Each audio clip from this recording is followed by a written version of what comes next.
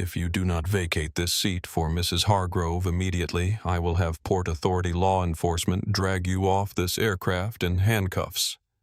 The words came out low and slow, each one deliberate, each one designed to land like a blow.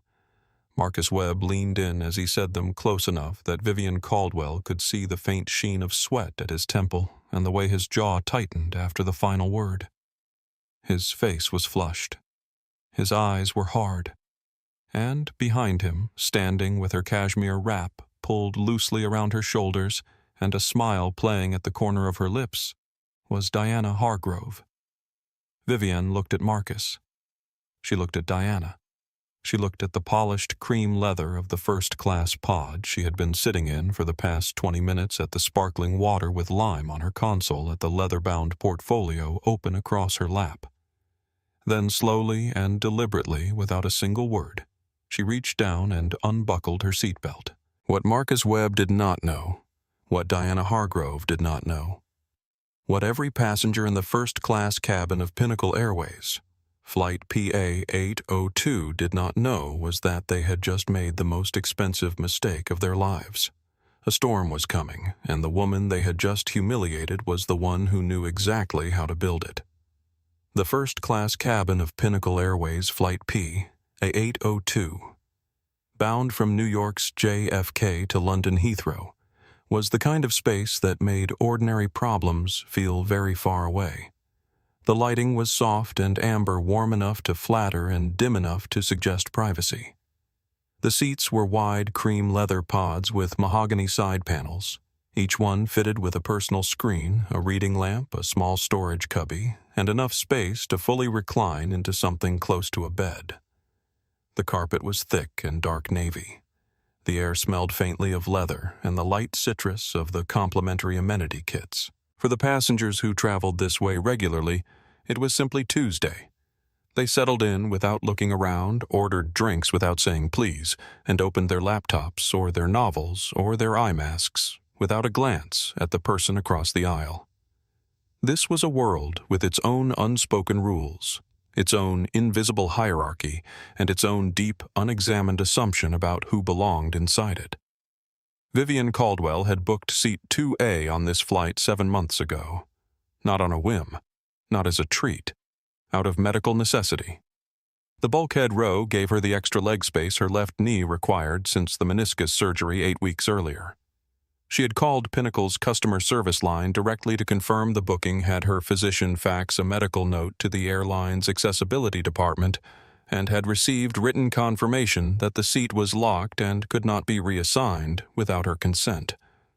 She had a copy of that confirmation in her portfolio. She was 54 years old. Her charcoal John knit suit was impeccably tailored, not a wrinkle anywhere despite the town car ride from Manhattan. Her silver-flecked hair was pulled back into a sleek chignon. She carried a Louis Vuitton tote and a slim medical cane that she had set into the overhead bin after boarding. To anyone who glanced at her and chose to see only the surface, she was simply an elegant black woman traveling alone for business. What the surface did not show was this.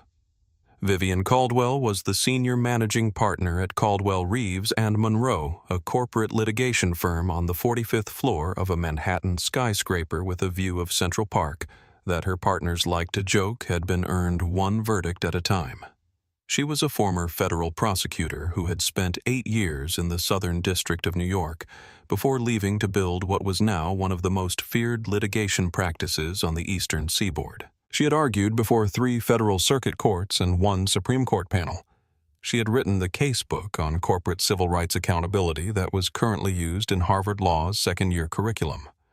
She had, in the past decade alone, secured over $400 million in verdicts and settlements for clients who had been told by powerful institutions that their rights did not matter. She had paid $9,200 for seat 2A. She had been awake for most of the past 3 weeks, buried in a pharmaceutical patent arbitration that had consumed her firm and her sleep schedule in roughly equal measure. She was running on 4 hours a night and the discipline that had carried her through 26 years of high-stakes legal combat. She had one goal for this flight, 8 hours of rest followed by a clean landing at Heathrow, and a 40-minute car ride to a law firm's London office where a $400 million merger was waiting for her signature and her presence. She closed her eyes. She felt the soft hum of the aircraft's systems warming up beneath her. She took one long, slow breath. She had earned this seat. She had earned this peace. For the next 8 hours, she was untouchable. There was a memory she did not invite, but that came anyway in the last quiet moment before everything changed. She was 31. Newly appointed as an assistant federal prosecutor, the only black woman in a unit of 14. Her firm's senior partners had thrown a dinner for the trial team at a restaurant in Midtown, and she had arrived on time in a good suit with her case notes memorized. A senior partner she had never met had met her at the entrance, smiled warmly, placed a gentle hand at her elbow, and steered her toward a table in the corner of the room. Not the long partners' table where the rest of the team was seated. A smaller table near the kitchen with 2 associates she barely knew. He had said with complete sincerity that he thought she would be more comfortable there. She had said nothing. She had swallowed it. She had let it harden into something cold and useful inside her chest, a sharpening stone she had been using ever since. Never again, she had told herself on the taxi ride home that night. Never again would she allow someone else's assumptions to determine the space she occupied. The memory dissolved. The cabin was warm and quiet. She opened her portfolio and began reading. It lasted exactly 14 minutes. The sound that broke it was the sharp, impatient click of stiletto heels on the jet bridge, followed by a voice that carried the nasal resonance of old money and absolute certainty that the world was arranged for its personal convenience. Charles I am not sitting in row 4 while you are in row 2. That is completely unacceptable. Call someone and fix it. Vivienne did not open her eyes.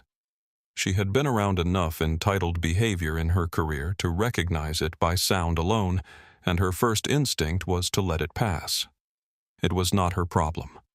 Whatever seating dispute was unfolding near the galley would be resolved by the crew without her involvement. Then the heavy scent of Tom Ford's Noir de Noir arrived, and a shadow fell across her pod. Vivienne opened her eyes. Standing in the aisle beside her, looking down with the expression of someone who has just discovered an error in their dry cleaning order, was a woman in her late 30s, blonde hair in an expensive blowout, a massive oval diamond solitaire catching the cabin light, a cashmere travel wrap the color of warm cream. Behind her, hovering with the posture of a man who would very much like to be somewhere else, was a man in a tailored navy suit with a custom monogrammed carry-on. His name tag on the bag read R. Hargrove. The woman did not say hello. She did not offer a smile. She simply looked at Vivienne as though she were a problem that needed to be corrected and said with the clipped precision of someone unaccustomed to repeating herself, "Excuse me, you are in my seat." Vivienne looked at the woman for a moment without speaking. Then she reached calmly to the side console, picked up her boarding pass, and glanced at it even though she knew exactly what it said. She had memorized it 7 months ago. "I believe there may be a misunderstanding," Vivienne said. Her voice was smooth and measured and devoid of hostility. "I am in 2A. This is my assigned seat." The woman, Diana Hargrove, let out a short, sharp laugh. Not the laugh of someone who finds something funny. The laugh of someone who has just been presented with a piece of information they find offensive by its very existence. She turned to look over her shoulder at Raymond, who was now standing 2 steps behind her, and clearly reconsidering every decision that had led him to this moment. "Charles," she said, her voice rising just enough to carry. "Did you hear this?" Raymond said nothing. He adjusted his carry-on strap and stared at the carpet. Diana turned back to Vivienne with the expression of someone patiently explaining something to a person they consider quite slow. "Look," she said, her voice taking on a tone of exaggerated reasonableness that was somehow worse than open hostility. "I don't know how you got this particular seat. Maybe it was an upgrade through the gate, or maybe the booking system made an error with the standby assignments. These things happen. But my husband is seated in 2B right across the aisle. We booked late and they put me in row 4. I am not going to sit 2 rows behind my husband for an 8-hour flight like I am some kind of assistant. You need to gather your things and move to 4A. It is a window seat as well. You will be perfectly comfortable." The words dropped into the air and settled there. Vivienne heard every layer in them. Not just the demand, but the assumptions underneath it. "I don't know how you got this seat." The implication was not subtle and it was not accidental. Diana Hargrove had looked at a black woman in a first-class bulkhead pod and had concluded in the space of 5 seconds that she must have gotten there by error, by luck, by some system failure that had placed her above her station. Not by choice, not by payment, not by right. Vivienne felt the cold steel form in her chest. It was a familiar sensation, one she had learned to treat not as a wound, but as a signal, a clarifying force that sharpened her thinking and steadied her hands. There was a memory she had not thought about in years that surfaced now without invitation. She was 38, a senior litigator at her second firm, the only black woman on a 12-person trial team. On the 3rd day of a major federal trial during a recess, the opposing firm's lead partner had walked directly to Vivienne's side of the counsel table, looked through her as though she were furniture, and handed his business card to the white male associate standing beside her. "Tell your lead counsel I would like to discuss a settlement figure," he had said pleasantly. She had been the lead counsel.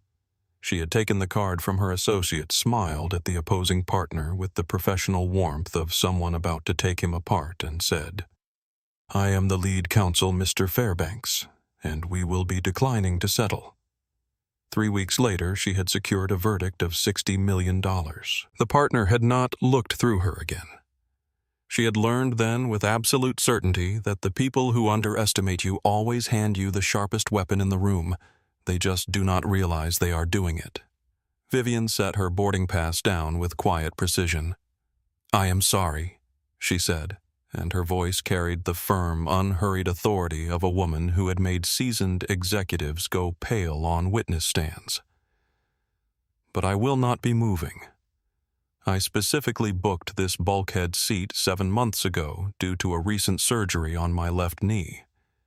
The extra legroom is a medical requirement, not a preference. I have documentation confirming this seat was locked at my request through Pinnacle's accessibility department. I am sure seat 4A is perfectly comfortable, but this is the seat I paid for. Now, if you will excuse me, I have work to finish before we depart." She picked up her portfolio. Clear, unmistakable signal. This conversation was over. Diana's face flushed a deep mottled red. The veins in her neck became visible. Whatever she had expected from the black woman in her seat, it had not been this. She had expected confusion, perhaps, embarrassment, the quick apologetic gathering of belongings, the deferential retreat of someone who understood the unspoken social geometry of this kind of exchange. Not this. "Are you serious right now?" Diana said, her voice rising past the point of containing itself. Her husband Raymond took a small, involuntary step backward and seemed to be actively searching the overhead bins for an escape route. "Do you have any idea who we are? My husband's firm manages accounts that have underwritten this airline's corporate partnerships for 3 years running. I am a Diamond Medallion member. I am telling you to move, and you are going to move." "Your membership status with the airline," Vivienne replied, "does not supersede my contract of carriage or invalidate my assigned seat." "Please, step out of my personal space." Diana's eyes narrowed. The polite veneer cracked entirely. "I am going to get the flight attendant," she announced loud enough now for passengers in the surrounding pods to hear clearly. "And they are going to make you move. You are being incredibly rude and aggressive." Vivienne nearly closed her eyes at the word. Aggressive. It was the oldest move in the playbook, deployed the moment a black woman declined to be agreeable. She had heard it in depositions. She had heard it in boardrooms. She had even heard it from a judge once in 1998 when she had objected too firmly to a line of questioning. It was the word used to reframe refusal as threat to transform the person defending their rights into the person causing the problem.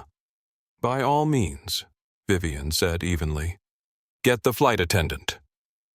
Diana spun on her heel and marched toward the front galley, her stilettos hammering against the thick carpet in short, furious beats. Raymond lingered. He looked at Vivienne with the face of a man who wanted to say several different things and was selecting the one least likely to make his situation worse. He chose badly. "Look," he said, keeping his voice low and trying to make the offer sound generous. "It would really be easier for everyone if you just moved. I will give you $600 cash right now. Please." Vivienne looked at Raymond Hargrove with an expression of complete still composure.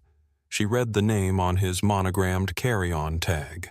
Then she said, "Mr. Hargrove, you do not have enough in your pocket or in your portfolio to purchase my dignity. Please take your seat." Raymond swallowed. The color drained from his face in a slow, visible wave. He opened his mouth, closed it.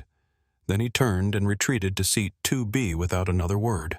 In seat 3A, a man named Nathan Park had been watching every second of this exchange with the focused attention of someone who has spent years learning to recognize a story in its early stages. Nathan was 38 years old, White the founder of a $200 million cybersecurity firm, and the owner of a social media following of just over 5 million people across his platforms. He had built that following not through lifestyle content or political commentary, but through a specific disciplined practice of documenting corporate misconduct with patience and precision, and then releasing the evidence at exactly the right moment. He did not announce that he was filming. He simply angled his phone against the beverage console, checked the audio levels, and texted his digital director. Something happening in first class. Clear my afternoon. In seat 1A, a woman named Margaret Okafor sat with her champagne glass halfway to her lips and her eyes moving between Diana's retreating back and Vivienne's composed face.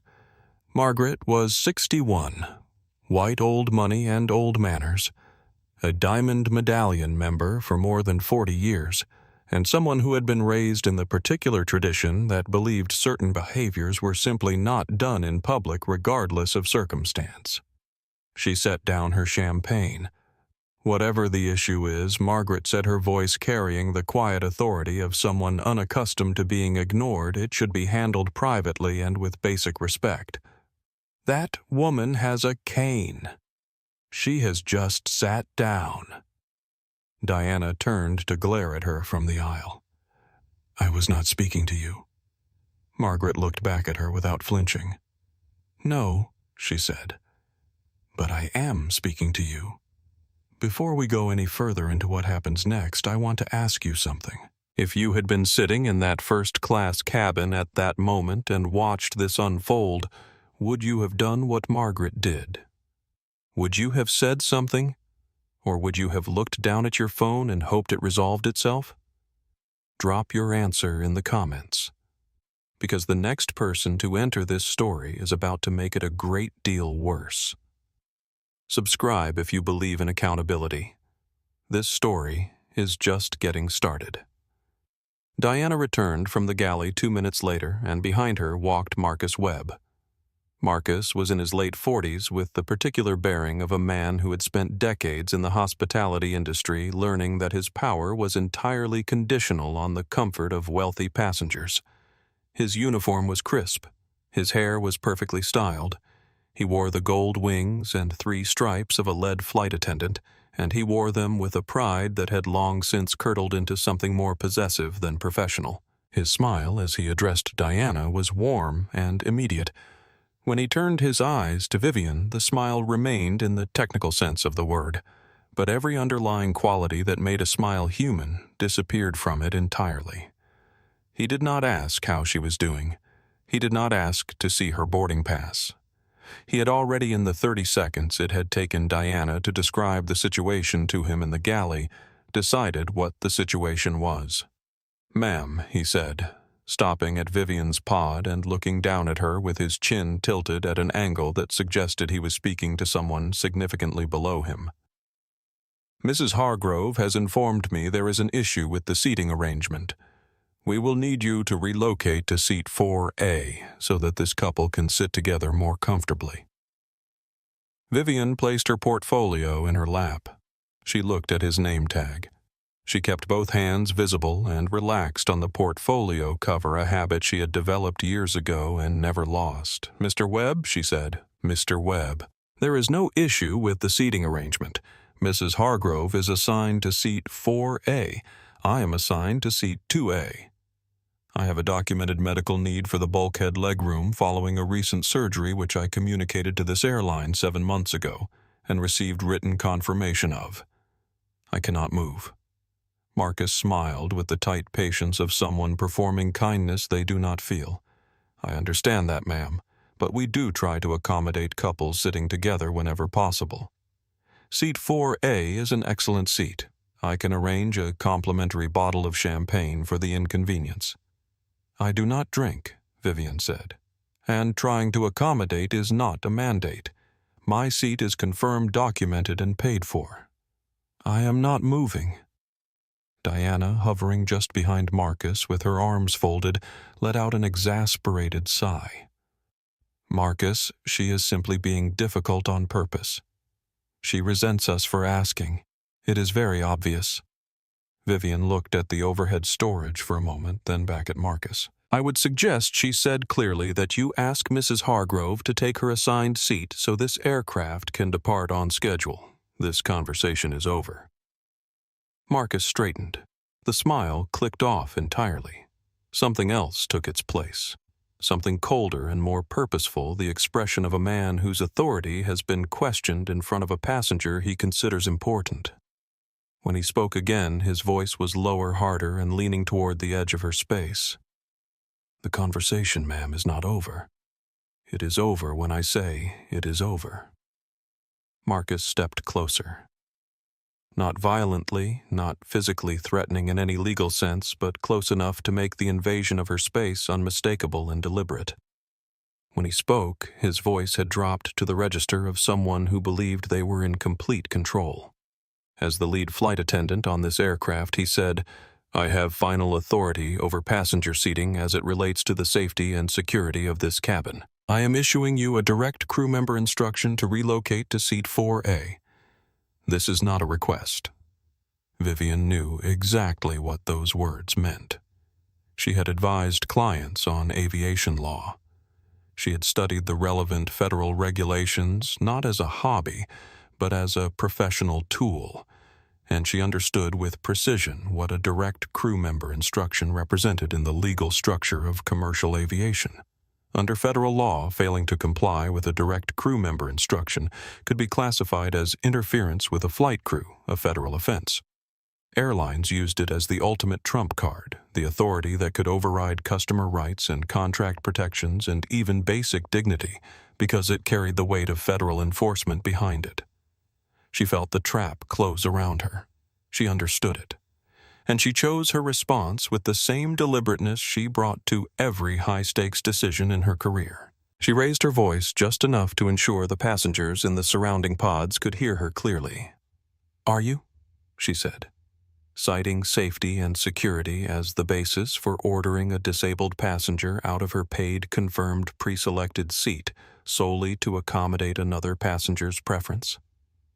"Because, if you are, I need you to articulate for me clearly, and on the record, what specific safety threat I am posing by sitting in seat 2A. Marcus blinked. For a fraction of a second, something shifted behind his eyes. He had not expected that response. He had expected compliance embarrassment, the quiet retreat that usually followed the invocation of his authority. Instead, he had gotten a direct, specific legal challenge delivered in a voice that carried through the entire front section of the first-class cabin. From seat 3, a Nathan Park set his phone down on the console deliberately. He did not hide it. He made sure it was visible. Marcus, Nathan said pleasantly, conversationally, as though he were commenting on the weather. You just issued a safety directive to a woman with a medical cane who has not moved from her seat, raised her voice, or made contact with a single person on this aircraft. I want you to know that everything said in this cabin in the last 10 minutes is being recorded in 4K quality. I have 5 million followers who find aviation passenger rights genuinely fascinating content. Marcus turned to Nathan with the look of someone calculating a new threat. Sir, recording in the cabin is not permitted without... It is permitted under applicable federal aviation regulations, unless specifically prohibited by carrier policy in writing, Nathan said, still pleasant, still calm. Is it prohibited in Pinnacle's current published policy? I read it this morning. I did not find it. But perhaps you can direct me to the relevant clause. Diana grabbed Marcus's sleeve from behind with sharp urgency. Stop arguing with people. Just get her out of the seat. Margaret, from seat 1. A set down her champagne glass with a small, definitive click. This is shameful, she said. This woman has done nothing wrong. She is sitting in the seat she purchased.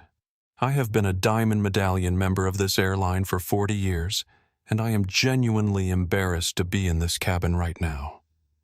Diana turned to look at Margaret with an expression that would have flash-frozen a warmer room. Sit down, she said. This does not concern you. Margaret looked back at her with the quiet steadiness of someone who has spent 61 years deciding which battles are worth fighting and has gotten very good at knowing. It concerns everyone who witnessed it, she said. Marcus turned back to Vivienne. His jaw was tight. His face had gone past authority into something meaner and more personal. He reached for the radio on his hip. He had made a decision, and the decision was to win this at any cost. Furthermore, he said, and the word landed with practiced weight, Seat 4A is no longer available. Due to the delay this situation has caused, I have reassigned it to a federal air marshal who requires a forward cabin position for security purposes. Your relocated seat is 38F, main cabin. The gasp that followed came from at least 3 directions simultaneously. A man in row 4 looked up from his book. The older couple in 1B leaned toward each other. Even Raymond Hargrove, who had been sitting very still in 2B trying to be invisible, looked up with an expression that suggested the words had landed somewhere in his chest like a stone dropping into still water. Nathan Park looked at Marcus with something new in his face. Not outrage, calculation. He was very quietly revising his estimate of what kind of story he was witnessing. Marcus Nathan said, his voice still almost friendly. You are telling me that a federal air marshal materialized in seat 4A in the last 90 seconds. Marcus ignored him. He looked at Vivienne with the expression of a man who believed he had just played his final card and won. You have 2 choices, he said. You gather your belongings and walk to seat 38F right now under your own power. Or, I call the Port Authority Police, have you removed in handcuffs for violating Federal Aviation Regulation Part 121. You will be placed on the permanent no-fly list. Which will it be? The cabin went dead silent. Every passenger in the first-class section of Pinnacle Airways Flight PA-802 was looking at Vivienne Caldwell. Nathan Park's phone was recording. Margaret Okafor was sitting very straight in her seat with her hands folded in her lap and her eyes fixed on Marcus with an expression that combined absolute stillness with the kind of witnessing that people do when they know they are going to be asked about something later. Diana Hargrove stood behind Marcus with the specific expression of a woman who has just gotten everything she wanted and has not yet considered what it might cost her. Her smile was small and satisfied and private. She had won. The machine had worked exactly as she had always trusted it would work when directed toward the right target. Vivienne's mind moved with the speed and clarity it always moved at in the moments that mattered most. She had been in situations that looked like defeats before, She had been in rooms where the power arrangement was stacked entirely against her, and the path forward required not confrontation but strategy. She thought about the $400 million merger waiting for her in London. She thought about her client who had trusted her and needed her at that table tomorrow morning. She thought about what would happen if she refused, and they called the police. The arrest. The delay. The optics of a resistant black woman being removed from a first-class cabin, no matter what the truth was. And then she thought about something else. She thought about the steno pad in her tote bag and the Mont Blanc pen in the zippered pocket. She thought about Marcus's fabricated air marshal story delivered in front of a cabin full of witnesses and a camera that was already recording. She thought about the empty seat that she already suspected 4A was because something in the specific cruelty of the reassignment told her Marcus had invented the air marshal on the spot. She thought about the contract of carriage and the civil rights statutes and the federal fraud provisions attached to the fabrication of federal security directives. The battle you fight publicly, she told herself, and the battle you win quietly are never the same battle. Before she stood, she looked at Diana Hargrove one more time. Diana was still smiling. She reached into her bag and took out her phone, angling it toward Vivienne with the specific casualness of someone who wants to be caught doing what they are doing. Raymond grabbed Diana's wrist. "Diana," he said very quietly. "Stop." She shook him off. The phone stayed up. Nathan Park's camera caught the moment Diana took the photo. The timestamp would be important later. Margaret said from seat 1. Her voice very quiet and very clear. "That is absolutely disgusting. The shame that woman will feel for this one day." Diana lowered her phone. She did not look ashamed. She looked satisfied. Vivienne watched all of it. She did not speak. She reached into her Louis Vuitton tote and removed her steno pad and her Mont Blanc fountain pen. She opened to the first page. She wrote the date. She wrote the flight number. She wrote in her precise and practiced hand. Marcus Webb, Diana Hargrove, Raymond Hargrove. Nathan Park saw the pen moving. He understood immediately what she was doing. He filmed the moment her pen began to move across the page with the quiet intensity of a man who has just realized that the woman sitting 3 feet from him is going to change the outcome of everything. Before we follow Vivienne to seat 38F, I want you to notice something. She has not raised her voice. She has not threatened anyone. She has not asked for help or for sympathy. She has opened a notebook. That notebook is going to do more damage to Pinnacle Airways than any outburst ever could. If you are watching this and thinking about a time someone tried to put you in your place, stay with this story. Because what happens next is for you. Vivienne Caldwell had been in harder rooms than this. She had sat across from federal prosecutors in the Southern District of New York when the case against her client had seemed airtight and the outcome had seemed predetermined. She had been in arbitration panels where the opposing side had the home advantage, the institutional support, and the presiding arbitrator's sympathy. She had walked into rooms where every person at the table expected her to either fold or explode, and she had done neither, choosing instead the third option that most people forget is available. She had waited and watched and documented and built something devastating at a speed they could not track. This was one of those rooms. The room was just larger than usual, and it had wings. She closed her portfolio. Slowly, without rushing. She set it carefully inside her tote bag. She retrieved her medical cane from the overhead bin, letting the bin close quietly. She took her tote bag from the storage cubby and placed it over her shoulder. She stood. The pain in her left knee was immediate and sharp. The surgery had been 8 weeks ago. The physical therapist had told her she was ahead of schedule in her recovery, but that prolonged immobility in a compressed position was the fastest way to reverse the progress she had made. 8 hours in a middle seat next to the lavatories would not merely be uncomfortable. It would be medically damaging. She controlled her face as she registered the pain. She did not wince. She did not let them see it. She looked at Marcus Webb.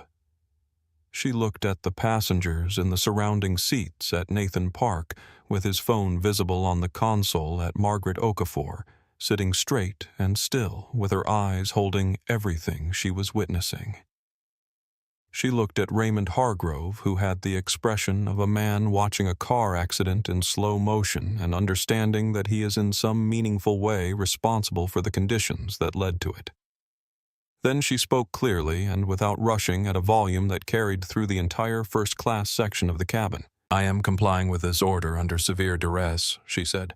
"I want it formally noted for the record that I am being forcibly relocated from my ticketed, confirmed, pre-selected seat under the threat of federal arrest, despite a documented post-surgical medical condition, without any verification of my boarding pass, without any articulation of a genuine safety basis, and at the personal demand of another passenger who claims no formal authority over this aircraft's seating assignments.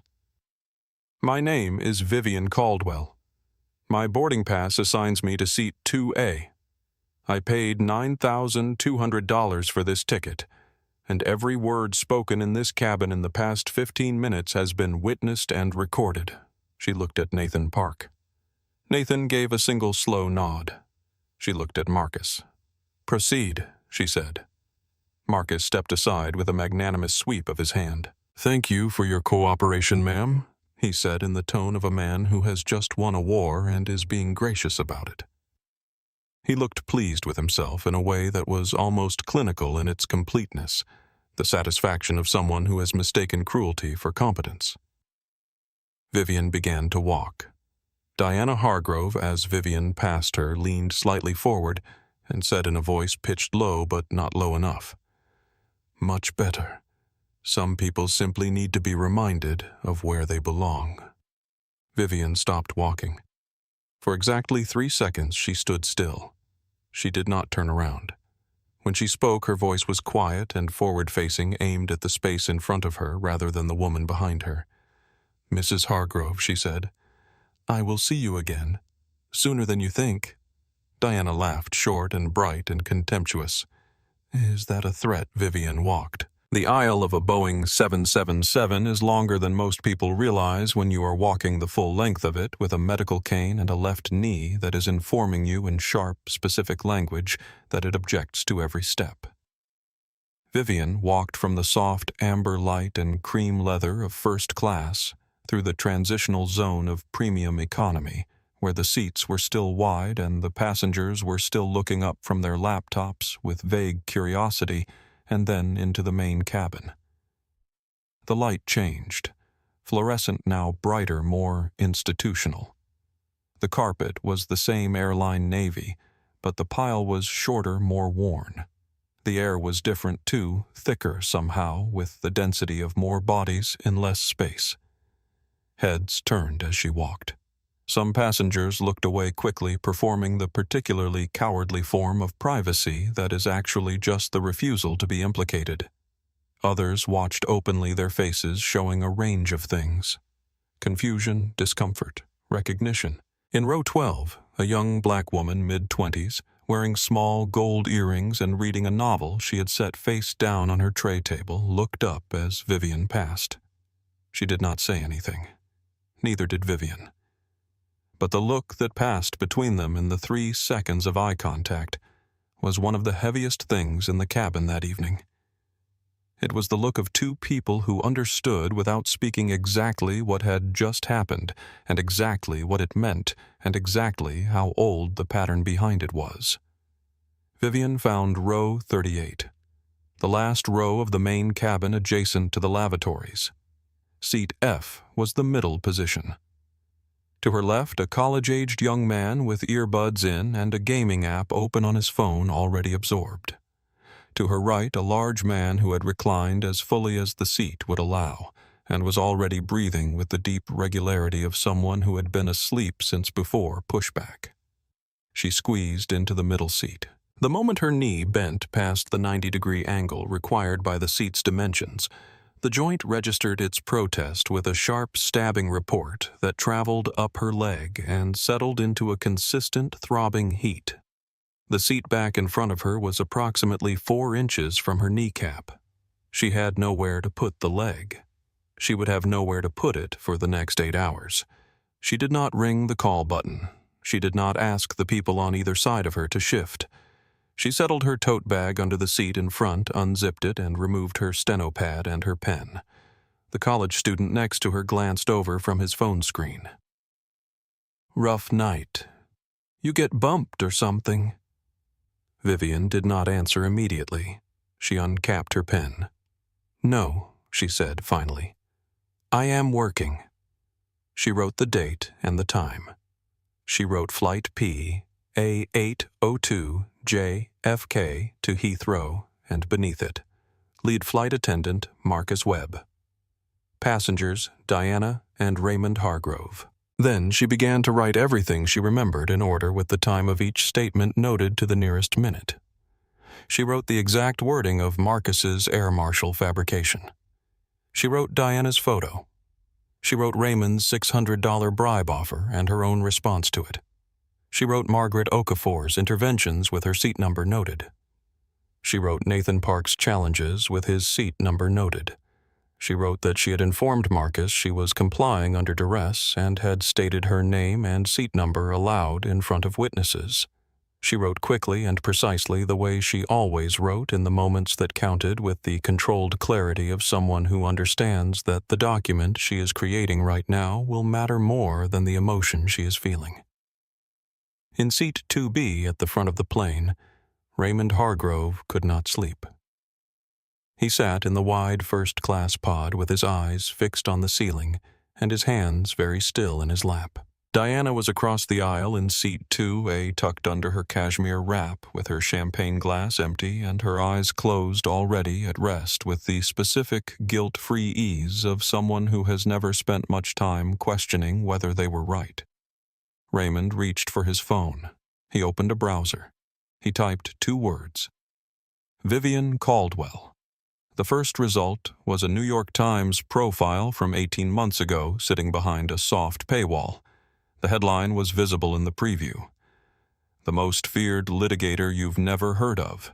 The subheading read, "How Vivienne Caldwell built the litigation practice that corporate America prays never finds their door." Raymond closed the browser. He placed his phone face down on the console. He looked at the ceiling for a long time. Then very quietly, to no one in particular, he said, "Oh no. Vivienne Caldwell is sitting in the worst seat on that plane. Her knee is swollen. She is writing in the dark, and she is already building the case that will cost the people responsible for putting her there more than they can afford. Before we follow her to London and watch what she does next, ask yourself something. How many times have people like Diana and Marcus done exactly this to someone who did not have Vivienne's legal training or her resources? How many of those times did nothing happen at all? This story matters because of what Vivienne does with it. Share it, because what comes next is going to be absolutely devastating. 4 hours out over the Atlantic, the main cabin had gone dark. Screens glowed softly throughout the rows. The overhead lights were off. The lavatory closest to row 38 cycled through its occupants with the regularity of a tide. The smell of chemical cleaner was constant and low. Vivienne's knee had been swelling for 3 hours. She could feel the joint tightening with the slow, relentless pressure of fluid building in a space that had been recently operated on and was now being compressed in exactly the way her surgeon had told her to avoid. The man to her right had shifted twice in his sleep, catching her ribs with his elbow both times. The young man to her left had eventually fallen asleep with his phone still glowing in his lap. She did not ring the call button. She had decided early in the flight that she would not ask anything of any member of Pinnacle Airways' crew. Not comfort, not assistance, not even water. Every interaction with this airline's employees from this moment forward would be documented, and the documentation would be clean and one-directional. She kept writing. The steno pad was her focus. It was the only thing in the situation she controlled completely, and she treated it with the same seriousness she brought to a trial brief. The pages accumulated. The timeline became detailed and specific and precise in the way that timelines need to be when they are going to be presented in a federal deposition and subsequently reported in a national newspaper. She had reached the section on the legality of Marcus's fabricated air marshal claim, writing in her own shorthand the criminal code provisions that might apply when she heard the quiet rolling of a water cart in the aisle and looked up. The flight attendant was young late 20s with dark hair pulled back and the careful measured movements of someone trying not to disturb sleeping passengers. Her name tag read S. Reyes. She stopped the cart beside row 38 and looked at Vivienne in the way that people look at someone when they are trying to assess the severity of a situation without being obvious about it. Then she crouched down beside the aisle seat, waited until the young man was still asleep, and leaned across him gently to speak at a level that only Vivienne could hear.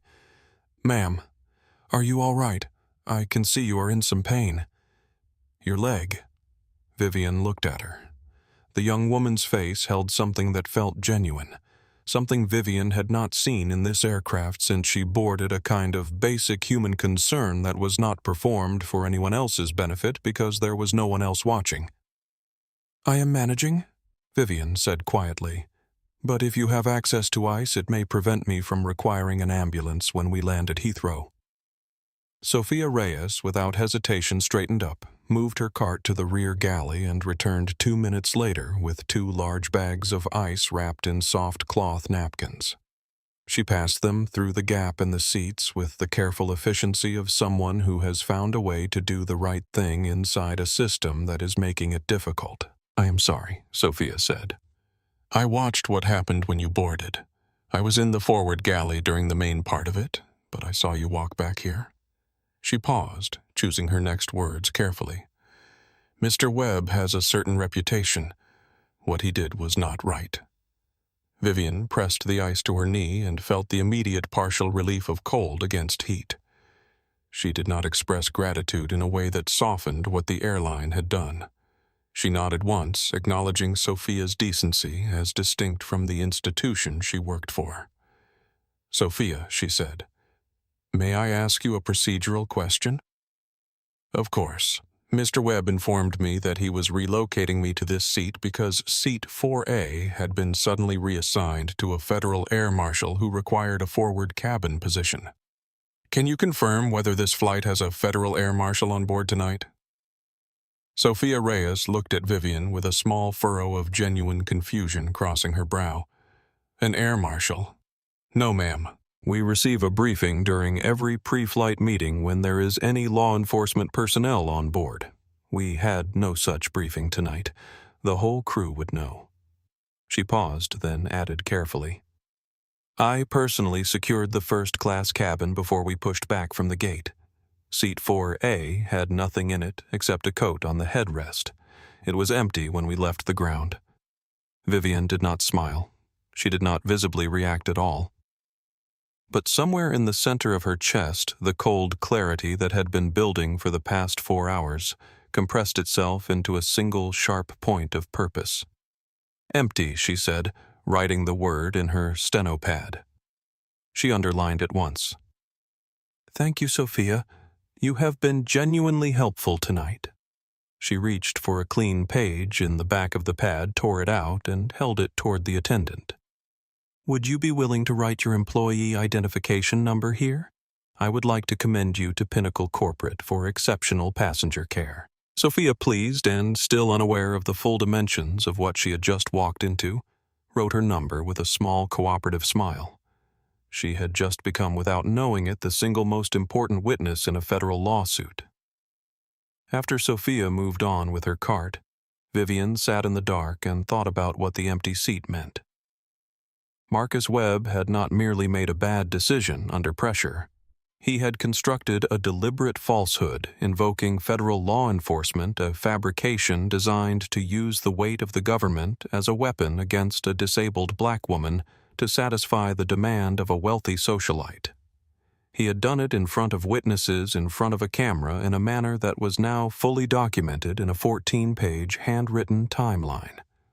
The fabrication was the central fact on which everything else would turn because it elevated the case from a contract dispute to something considerably more serious: federal fraud, civil rights violation under Title VI, intentional infliction of emotional distress, breach of contract with documented medical damages. They handed me everything she thought, every single piece of it. She capped her pen. She looked out the small smudged window at the absolute dark of the Atlantic at 40,000 feet. No stars visible tonight, just black. She thought of the young black woman in row 12 who had made eye contact with her during the walk. She thought about the 3 cases her firm had taken in the past year pro bono for clients who had been thrown off flights, denied hotel rooms, removed from restaurant reservations, all of them told in different language that they did not belong. All of them without the legal training or the resources that Vivienne had. All of them absorbing it and moving on because the cost of fighting back was simply too high. Not this time. She opened her eyes and looked at the steno pad on her tray table, 3 rows forward and a world away. In terms of seat width, Nathan Park had not slept either. He sat with his AirPods in, and his phone opened the footage he had captured during the confrontation. He watched it twice in full, studying the audio quality, the framing, the clarity of Marcus's fabricated air marshal claim. The video was better than he had hoped. Diana's opening comments clear and legible and carrying exactly the implications they had been designed to carry. Marcus's threat. The shot of Vivienne standing with her cane stating her name and her compliance under duress. And at the end, the brief, sharp frame of Diana raising her phone to photograph Vivienne as she began her walk. Nathan texted his digital director a single line. Post at 6 a.m. Eastern Standard Time. No hashtags. No caption beyond the flight info and 1 line. Let the video work. He looked toward the rear of the plane. In the darkness back there, somewhere in the last row, a woman was sitting in a middle seat next to a lavatory with a swollen knee writing in a notebook. He did not know who she was yet. He had caught her name when she stated it aloud before standing, and he had written it in his notes. He would search it when they landed. He had a feeling the results were going to be significant. He looked at the ceiling of the first-class cabin. Diana Hargrove was asleep across the aisle with her wrap pulled up and her face relaxed in the uncomplicated rest of someone who has never once wondered whether their actions carry consequences. Marcus was somewhere in the forward galley, no doubt satisfied with the evening's work. Nathan put his AirPods away. He closed his eyes. Tomorrow, he thought, is going to be an interesting morning. 1 hour before landing, the cabin, lighting, began its slow brightening cycle, that gradual shift from nighttime dark to early morning blue that commercial airlines use to ease passengers back into consciousness. Around the cabin, people stirred, stretched, reached for their phones with the reflexive urgency of people who had been disconnected for 8 hours and were anxious to reconnect. In row 38, Vivienne Caldwell had not slept. Her stenopad had 16 pages of notes. The ice packs had melted 4 hours ago, and the napkins were dry now and useless. Her knee was stiff and swollen, and the throbbing had settled into a constant background signal that she had been managing through the same controlled focus she applied to everything else. Sophia Reyes appeared beside the row again during the final service run, moving quietly and checking faces for distress. "Is there anything you need before we land?" she asked softly. "Yes," Vivienne said. "After all passengers have deplaned, I will need a wheelchair arranged at the jet bridge, and I will need the name and direct contact information for Pinnacle Airways Senior Duty Manager at Heathrow."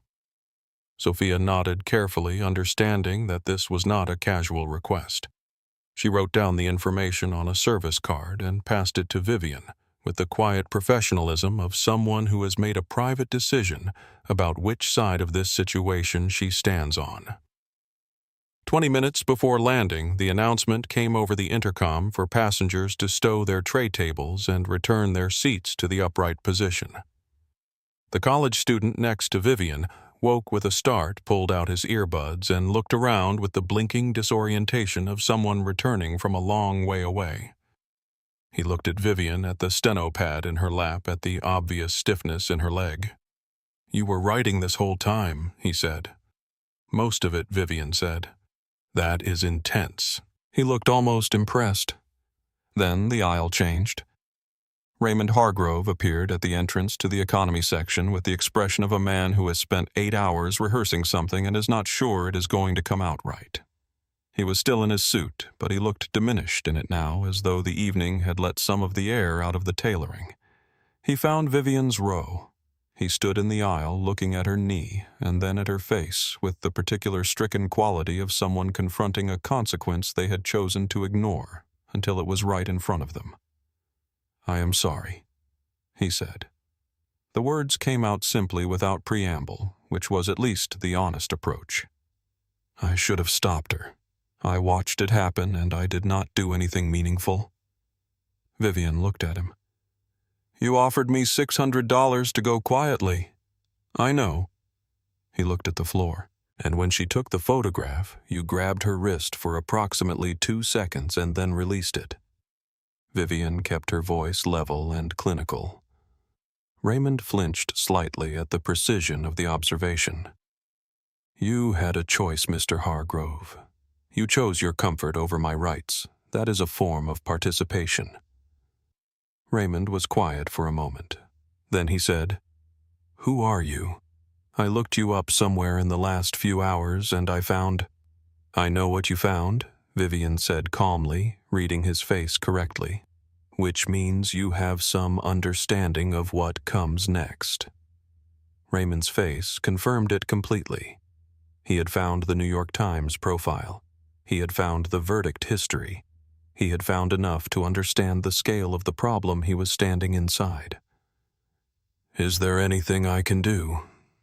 he said, and his voice had the quality of a man who knows the answer is no, and is asking anyway out of some residual instinct that the offer might count for something. "Yes," Vivienne said. "Go back to your seat. My attorneys will be in touch with yours by end of business Monday." The color left Raymond Hargrove's face with the thoroughness and completeness of a window blind being drawn.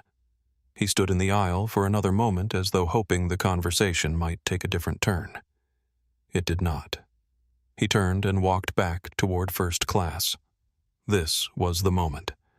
Not a dramatic announcement, no badge held up, no title declared, no public confrontation.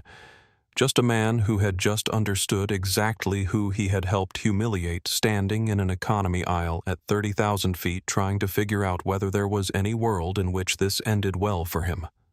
The fear on his face was the power reveal. The certainty in Vivienne's voice did the work that no announcement could have done as effectively. She watched him go and then turned back to her steno pad. In the final 40 minutes of the flight, she activated the in-flight Wi-Fi on her phone, the cheapest tier barely sufficient. She opened her voice memo app and spoke quietly and rapidly. Her voice just above a whisper, her words precise. "Daniel. Pinnacle Airways, Flight P, A802, JFK, to Heathrow. Lead flight attendant Marcus Webb fabricated a federal air marshal directive to remove me from my paid and confirmed seat 2A to accommodate a diamond medallion passenger who did not like her assigned row. I have been sitting in seat 38F for 8 hours with post-surgical knee swelling that is now severe. I have a witness junior flight attendant, Sophia Reyes, who confirmed on record before landing that seat 4A flew empty and that no air marshal was on board or briefed to the crew. I have a second witness, Nathan Park, in seat 3A, who has video documentation of the entire confrontation. I have 16 pages of handwritten timeline notes. Begin intake immediately. I want to discuss damages structure at 9 Monday morning. She attached the voice memo to a message and sent it. Daniel Reeves replied 4 minutes later. The message was 2 sentences. On it. Get to London, win your deal, then we burn them to the ground. Vivienne allowed herself one small, private smile. It was the first time her face had moved toward anything other than controlled neutrality since Diana Hargrove's stilettos had clicked into her piece. She closed her steno pad. She looked out the smudged window. The first pale gray light of a British morning was beginning to separate the sky from the horizon over the English Channel. They thought they put me in my place, she thought. They put me exactly where I needed to be. Heathrow arrived the way it always arrives, in early morning gray and enormous and indifferent to the personal dramas of its passengers. The aircraft touched down with the solid thump of a large aircraft finding its ground, and the cabin stirred into the particular organized activity of people in various states of exhaustion, preparing to become functional again. In the first-class cabin, Diana Hargrove shook out her cashmere wrap and checked her reflection in her phone camera with the comfortable efficiency of someone who had slept 8 hours in a $4,000 pod and felt she had earned the morning. She laughed at something Raymond said as they collected their bags, and her voice carried the specific lightness of a person who believes the previous evening is fully resolved and entirely behind her. Marcus Webb stood at the cabin door and offered Diana and Raymond a warm, deferential farewell as they disembarked. "Wonderful to have you with us, Mrs. Hargrove," he said with the smooth, professional pleasure of someone who considers the evening a success. In the main cabin, Vivienne waited. She did not stand until the last economy passenger had moved through the aisle. When Sophia appeared at the rear of the cabin with the wheelchair, the ground crew had rolled to the jet bridge. Vivienne accepted it without comment and without the particular kind of humiliation the airline may have hoped she would feel. She had been in harder situations than sitting in a wheelchair at Heathrow, and the chair was a useful data point. Her mobility had been impaired by the conditions imposed on her. That went into the record. Sophia held Vivienne's tote bag as the ground crew assisted her into the jet bridge. As they passed Marcus Webb at the cabin door, he glanced at the wheelchair. Something crossed his face, a flicker of something that might have been the early ancestor of a feeling he was not ready to call guilt. It was brief and incomplete and quickly replaced by the professional blankness of someone who has moved on. Vivienne did not look at him. She was attended to at Heathrow by the senior duty manager Sophia had identified, filed an immediate formal accessibility complaint with the airport's Pinnacle Airways ground desk, and was transported by executive car to a private medical clinic near Canary Wharf, where a duty physician confirmed severe post-surgical inflammation, requiring a fitted medical walking boot, at least 5 days of anti-inflammatory treatment, and strict instructions to avoid extended time in confined seating arrangements for the next 4 weeks. The physician wrote all of this in detailed clinical notes that Vivienne photographed before leaving. She was in the London offices of her merger partners 90 minutes after landing.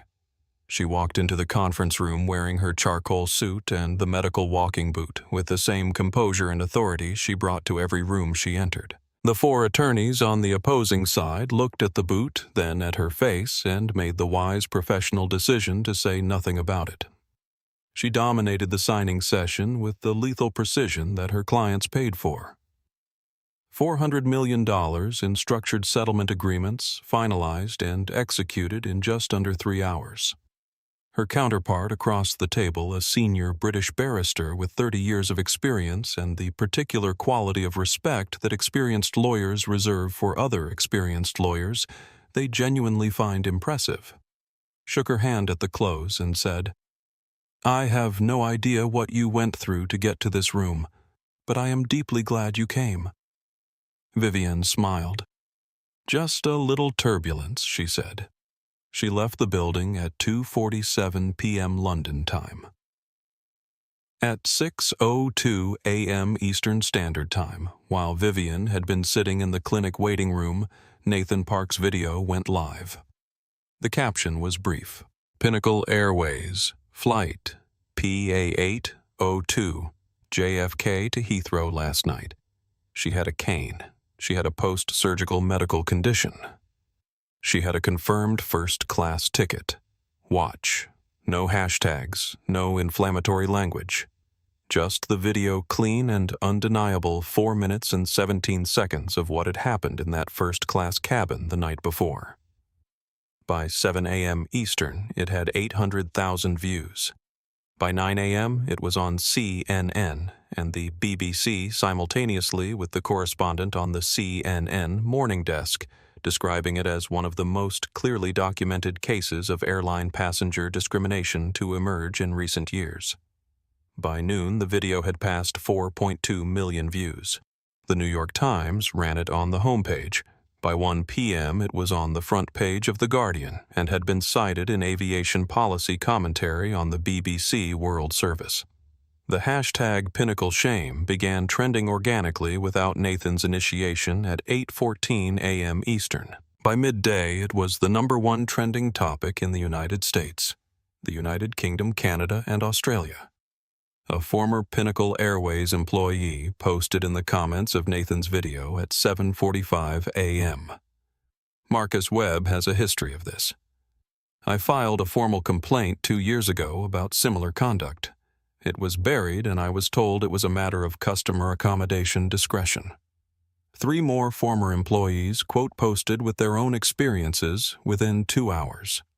A passenger advocacy group called for a full federal investigation into the airline's crew training and complaint handling procedures by 10 a.m. At the Pinnacle Airways corporate headquarters in Chicago, the trading floor monitors began showing the stock price at 9:31 a.m. Eastern when the market opened. By 10 a.m., the stock had dropped 3.7%. By noon, it had shed another full percentage point. In their Hampton house, Raymond Hargrove's phone rang for the first time of many times that day at 7:03 a.m. It was his investor relations director. By 7:45, he was pacing the living room with the particular focused panic of a man watching his professional life catch fire in real time. The 45th floor of Caldwell, Reeves and Monroe on a Monday morning had the particular energy of a place where important things happened with great regularity, and where everyone present understood the weight of the work they were part of. The Central Park view was winter-sharp and clear. The conference room table was glass and long. The coffee was already made. Vivienne sat at the head of the table with her left leg elevated on a cushioned stool, the medical walking boot visible beneath the table's edge. Her steno pad was open in front of her. Her expression was the same one she brought to every first meeting on a new case, focused, precise, and utterly without sentimentality about what needed to be done. Across from her sat Daniel Reeves, senior partner, her closest professional ally for 17 years. Daniel was 51, white, with the slightly rumpled intensity of a man who has spent decades being the most dangerous person in rooms where everyone expected someone else to be dangerous. He was reading the steno pad notes with the focused stillness of someone absorbing a legal document that is better than he expected. To his left sat Priya Montoya, 34, a junior partner with a photographic memory for federal aviation statutes, and a talent for finding the precise legal angle that opponents have failed to account for. She was Hispanic, sharp-minded, and currently running her finger down the margin of a federal code printout she had pulled up before the meeting started. "I want them gutted," Vivienne said. Her voice was level and not loud, which was how it always sounded when she was completely serious. "I am not interested in a quiet settlement, not in vouchers, not in a private apology delivered by a PR firm. I want a public and complete reckoning that becomes the standard reference case every airline passenger in this country can point to for the next 20 years. Daniel looked up from the steno pad. He set it down on the table with the careful respect one gives a document that is about to cause significant damage. He said, "The fabricated air marshal directive is federal fraud under Title 18. It is coercion. It is breach of contract. If the TSA confirms no marshal was on board, which you say Sophia Reyes has already stated, then Marcus Webb lied about a federal security directive to force a disabled passenger out of her seat. That is not a customer service failure. That is a federal crime used as a personal service tool. It is, Vivienne agreed. Pinnacle Airways is the primary defendant. Deep Pocket's institutional liability and the viral footage ensures the jury pool will come in already aware of what happened. But I want individual accountability as well. I want Marcus Webb named personally for intentional infliction of emotional distress and civil rights violations. And I want Diana Hargrove. Priya looked up from her code printout. We can make a strong argument for tortious interference with contract. She actively coerced a crew member to breach Vivienne's ticket agreement for her personal benefit. That is a recognized civil tort. But she has significant assets, and a fine that feels large to a normal person will feel like nothing to her. You are not looking at the whole picture, Vivienne said. She leaned forward slightly. Raymond Hargrove's firm, Apex Meridian Capital, is currently under SEC compliance review. Their investor base is heavily weighted toward ESG funds.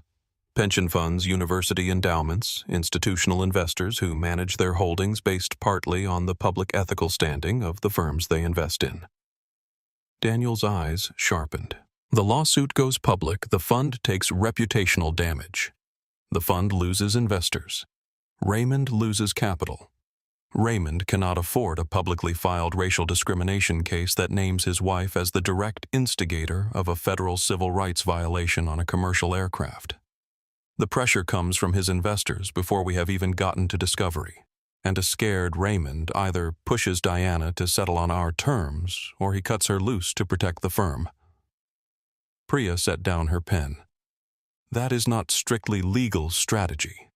No, Vivienne agreed. It is also psychological strategy. The two are not mutually exclusive in this profession.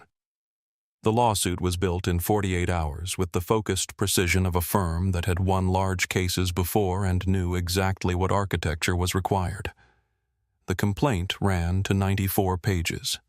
The opening demand was $28 million, $6 million in actual damages and breach of contract, accounting for the medical costs, the documented physical harm to her knee, the value of the seat she was denied, and the direct business impact of operating in physical distress during a critical client meeting. $22 million in punitive damages designed not to make Vivienne wealthy, which she already was, but to send a number into the aviation industry large enough to be reported, discussed, and feared. The evidence package attached to the complaint was comprehensive and devastating.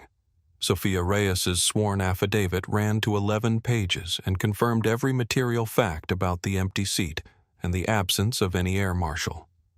Nathan Park's video was professionally authenticated and submitted in full. The flight manifest subpoenaed directly from the Federal Aviation Administration showed Seat 4A listed as unoccupied for the entirety of Flight PA 802. Vivienne's airport medical records from the Heathrow Clinic documented the severity of the knee swelling with clinical precision. And the steno pad itself, photographed in full and submitted as a contemporaneous handwritten record, provided a time-stamped narrative that no subsequent account could effectively contradict. The service of process was orchestrated by Daniel with a sense of occasion that reflected his belief that the delivery of a lawsuit was itself a form of communication and should be executed accordingly. Marcus Webb was served at JFK International Airport on a Tuesday morning 11 days after the flight. He was at the first-class check-in desk in his uniform, laughing with a gate agent about something completely at ease, a man who had not spent a single moment since the flight wondering whether consequences were coming. The process server wore a sharp suit and approached with the unremarkable directness of someone who had done this many times and felt no drama was required. "Mr. Webb," she said, "you have been served." Marcus looked at the document in his hands. His eyes found the dollar figure on the first page. The blood left his face in a single visible wave. his coffee cup tilted in his fingers, and the contents spread across his polished shoes in a slow spreading stain that he did not appear to notice. Diana Hargrove was served on a Saturday evening at a charity gala at the Plaza Hotel. The event was a fundraiser for a marine biology foundation, and Diana had arrived in a couture gown with a social confidence that suggested she had spent the past 2 weeks deciding that nothing lasting would come from the video. The gala was exactly her element. The right names, the right catering, the right photographers. A woman in a sleek black evening gown moved through the crowd with a silver tray. The tray held, instead of champagne, a single sealed manila envelope. The woman found Diana near an ice sculpture, engaged in bright conversation with a cluster of investors' wives, and approached with a professional smile. "For you, Mrs. Hargrove." Diana frowned. She tore the envelope open with the casual impatience of someone who receives personal correspondence at parties sometimes. She unfolded the document. She read the header. She read the plaintiff's name, Vivienne Caldwell. She stopped reading. Her jaw was open. Her champagne glass was still raised, and it stayed raised, suspended in the pause of a woman who is processing something that has just rearranged her understanding of how the world is arranged. Raymond, who was 3 feet away, noticed the stillness in his wife's posture and crossed to her. "Diana, what is it? You have gone completely white." Diana's hands began to shake. The document slipped from her fingers. The 94 pages of the complaint scattered across the marble floor of the Plaza Hotel in a slow, spreading fan of white paper visible to everyone within 20 feet. 2 photographers who had been covering the gala turned toward the commotion. Their cameras found Diana standing above the scattered papers with an expression that told its own story. Karma had not knocked on the door. It had arrived in a silver tray at a charity gala and scattered itself across marble for all of New York's finest to see. Gerald Whitmore had been the chief executive of Pinnacle Airways for 11 years, and he had navigated labor disputes, fuel crises, a pandemic, 2 near-miss runway incidents, and 1 particularly catastrophic catering contractor failure that had resulted in a 6-hour delay affecting 4,000 passengers across 3 continents. He had handled all of these things with the practiced authority of a man who understood that managing a major airline meant becoming comfortable with the management of disasters. He had not been comfortable since the Monday morning he walked into his Chicago headquarters and saw Nathan Park's video playing on CNN on the lobby screen. Now, sitting at the head of the boardroom table with the 94-page complaint in front of him and his general counsel, Frank Adler, across the table, wearing the expression of a man whose headache has been building for 2 weeks. Gerald looked at the opening demand figure and said, $28 million for a seating dispute. Have we made contact with this woman's firm? Offer her $75,000 and a platinum card. End this before the quarterly earnings call. Frank Adler took his glasses off and set them on the table. "Bill," he said carefully. "The plaintiff is Vivienne Caldwell. She wrote the Harvard Law casebook on corporate civil rights accountability. She has won 6 cases with verdicts over $40 million in the past decade alone. She is not going to respond to $75,000. She makes significantly more than that in a quarter." Gerald pointed at the complaint. "Then what is this actually about?" Frank laid it out without softening any part of it. The lead flight attendant, Marcus Webb, fabricated a federal air marshal directive. He used the explicit threat of Port Authority arrest to remove a disabled black woman from a paid confirmed first-class seat to accommodate a Diamond Medallion passenger's seating preference. The seat he claimed was needed for the marshal flew empty. This has been confirmed by a sworn affidavit from one of Pinnacle's own junior flight attendants. In addition, the entire confrontation was captured on video by a passenger with 5 million social media followers, and the video has now been viewed 22 million times across platforms. Gerald stared at him. He did not just lie about an air marshal. Frank continued. He used the federal government as a personal threat instrument against a paying passenger with a medical condition. If this goes to a federal jury, they will not give her $28 million. They will give her 50 or 60 to send the aviation industry a message it has not received in decades. "Fire Webb immediately," Gerald said. "Distance the airline from him." "He is union protected," Frank said. "Termination before the investigation closes means a strike. The union is already characterizing his actions as consistent with Pinnacle's flexible accommodation protocols, which, by the way, were written ambiguously enough that they have a credible argument. If we fire him prematurely, we have a work stoppage on top of the lawsuit on top of the stock drop." Gerald turned to the flat screen on the boardroom wall where the CNN segment was still running on loop. The video was playing again. He watched Marcus order Vivienne to 38F. He watched her stand with her cane. He watched Diana take the photograph. "Get Caldwell's firm on the phone," he said quietly. "Offer $6 million. Today." Daniel Reeves took the call from Frank Adler and listened to the $6 million offer with the silence of someone who is not in the habit of rushing their responses. When Frank finished, Daniel said, "Frank, I appreciate the call. I want to make something clear. This is not a negotiation in the standard sense. Vivienne does not need Pinnacle's money. She is a senior partner at a top-tier firm with a client book that generates significant annual revenue. What she wants is public accountability and a number large enough to make this airline change how it treats passengers for the next 50 years.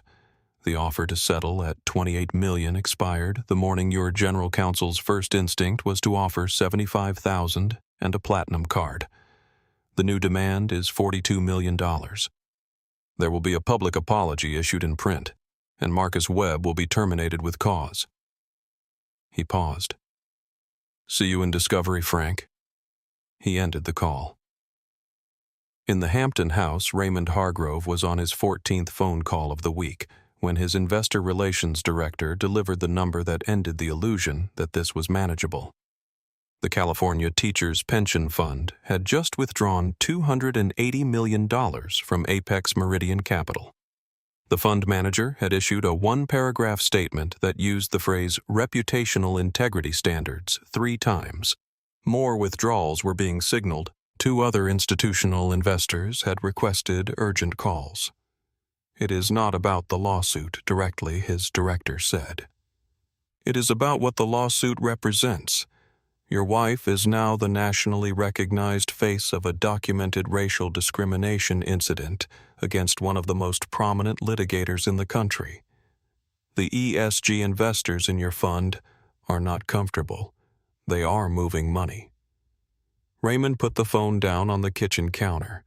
Diana was sitting across the room on the sofa, still in her robe, with a full glass of wine she had poured at 11 in the morning. She had not seemed to fully process the magnitude of what was happening. She kept returning to the idea that the video could be contextualized, that the public response was disproportionate, that Nathan Park had edited things or misrepresented them, even though the video was entirely unedited, and Nathan had said nothing beyond the original caption. She was constructing explanations inside her own understanding of herself. A self that had never had to seriously interrogate the gap between who she believed she was and what she had actually done. Raymond looked at his wife. "Diana," he said, "you destroyed my fund because you could not sit in row 4 for 8 hours. I did it so we could be together," she said, her voice already taking on the injured tone of someone preparing to feel wronged.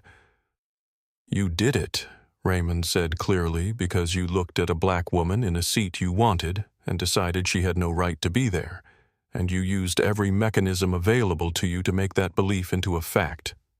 He turned away from her. "My attorneys will contact you in the morning." He walked to the guest room. He did not look back. 6 months had passed since Flight PA-802, and the deposition suite on the 45th floor of Caldwell, Reeves & Monroe had been prepared with the attention to detail that Vivienne brought to everything that mattered. 3 cameras each at a different angle. Ring lights calibrated to eliminate shadow. a court reporter whose fingers were already positioned over her stenotype machine, a carafe of water that no one would touch, documents organized in precise stacks at each position. Vivienne entered the room last, which was not an accident. She wore a deep crimson suit that had been chosen with the same care a trial attorney brings to the selection of courtroom attire. The color was the color of authority, of certainty, of someone who has arrived at this moment knowing exactly what they are going to do.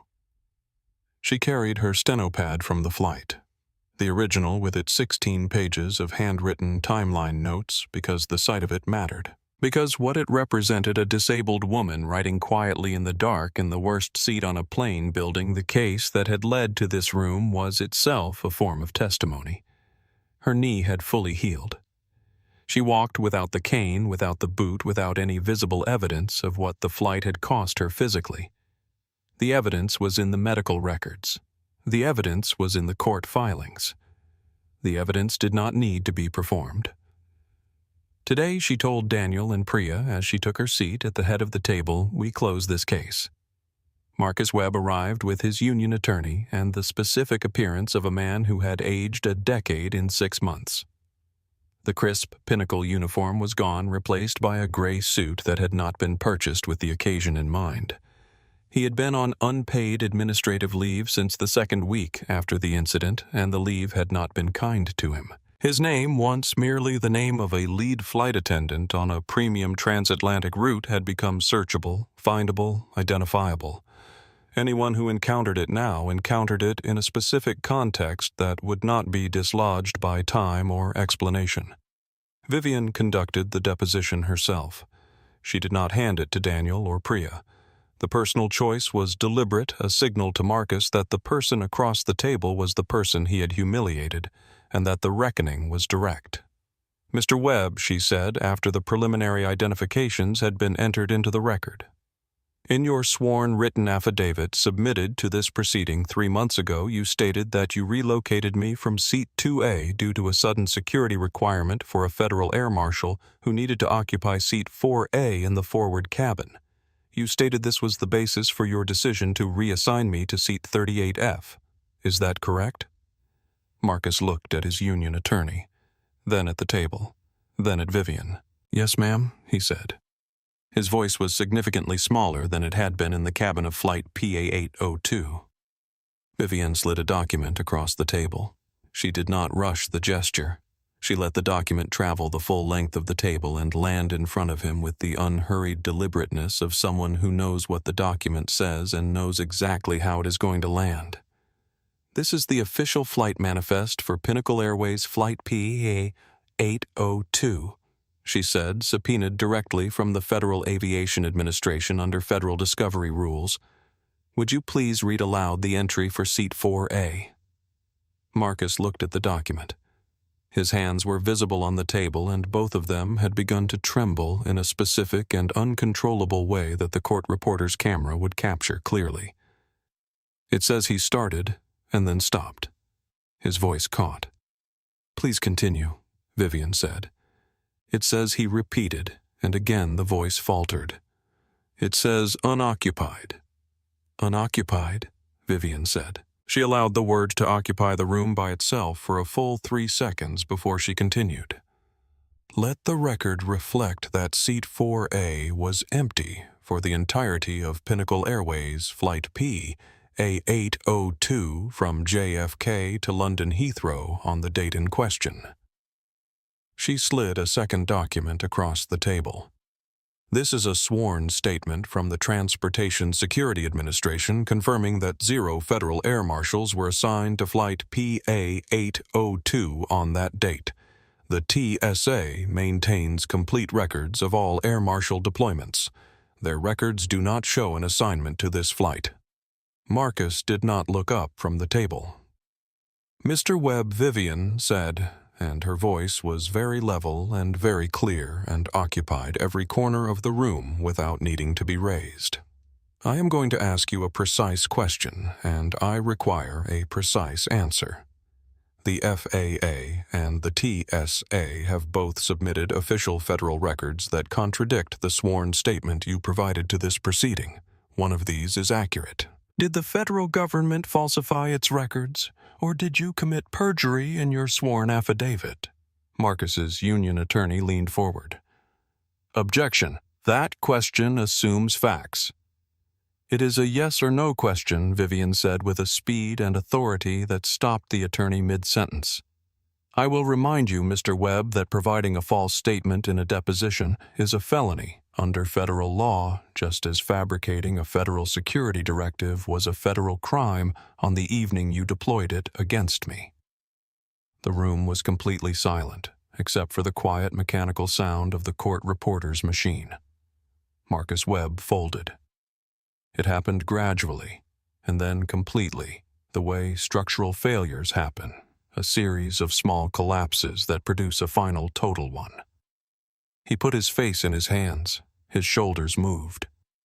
When he spoke, his voice came through his hands, muffled and stripped of everything that had made it sound authoritative in the cabin of a plane 6 months ago. I was just trying to keep Mrs. Hargrove happy, he said.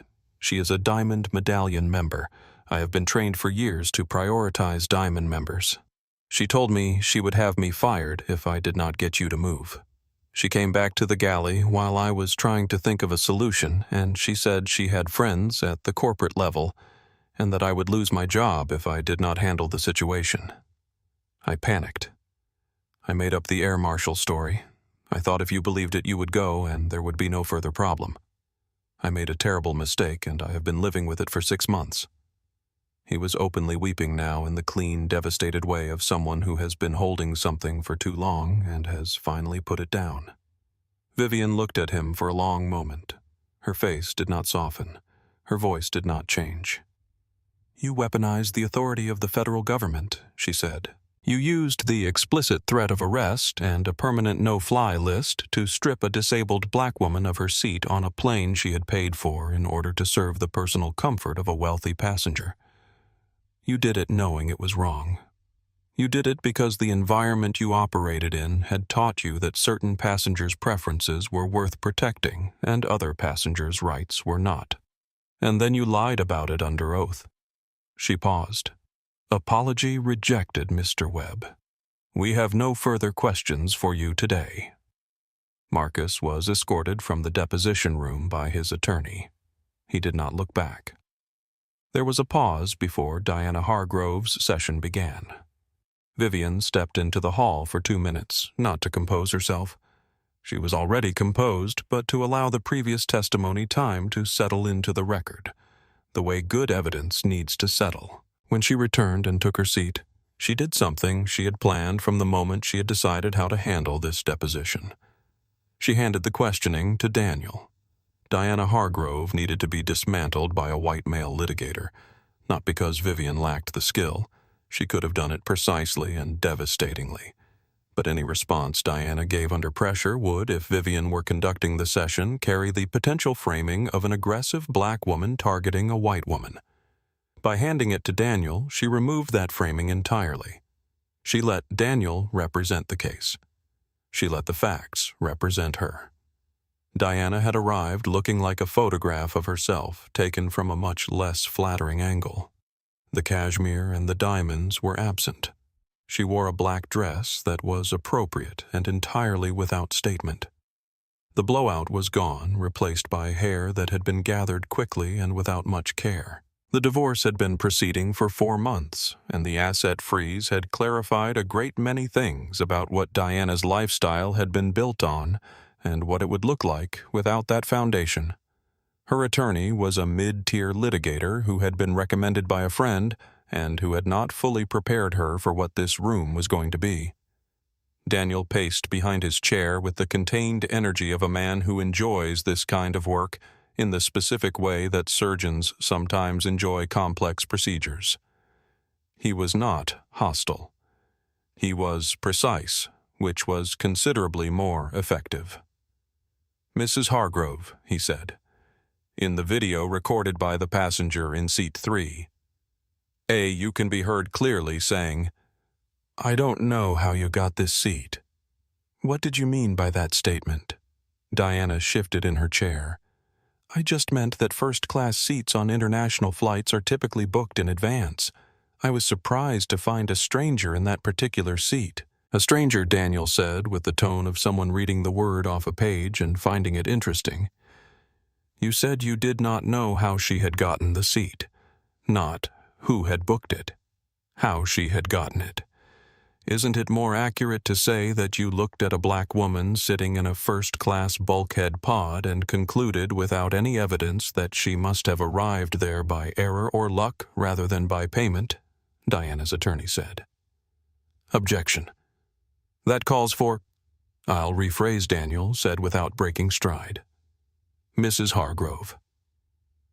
Looking at Miss Caldwell that evening, did it occur to you that she might have paid for that seat herself in full months in advance for a specific medical reason?